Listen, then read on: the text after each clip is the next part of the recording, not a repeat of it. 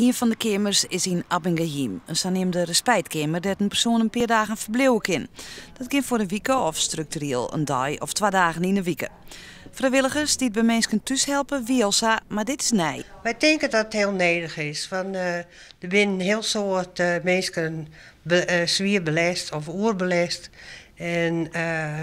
En die werd het nedig is om dat zij er eens even uitgaan of even tijd voor zichzelf hebben om die zwaarheid langer nog vol te houden. Er zijn voorlopig 2 kamers beschikbaar, maar uiteindelijk moet het er 8 worden, verspreid door stad en dorpen. De gemeente Ljouwert steekt er hield in en verschillende zorg- en vrijwilligersorganisaties werk je mee. De gemeente hier van Ljouwert had ik zo van wij betalen daar een deel van.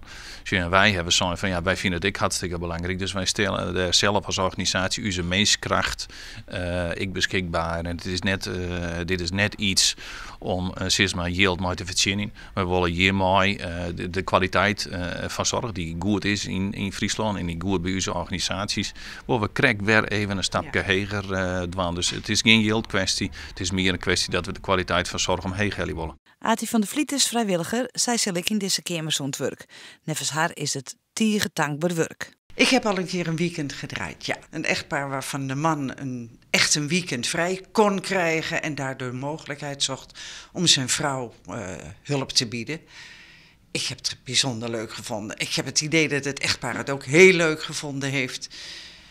Het was niet de moeilijkste vorm. Het was echt de boodschappen doen, het eten klaarmaken, het hondje uitlaten. Maar als je op die manier al begint en een ander heeft het idee van ik kan een lang weekend weg, dan heb je op die manier een mooie match.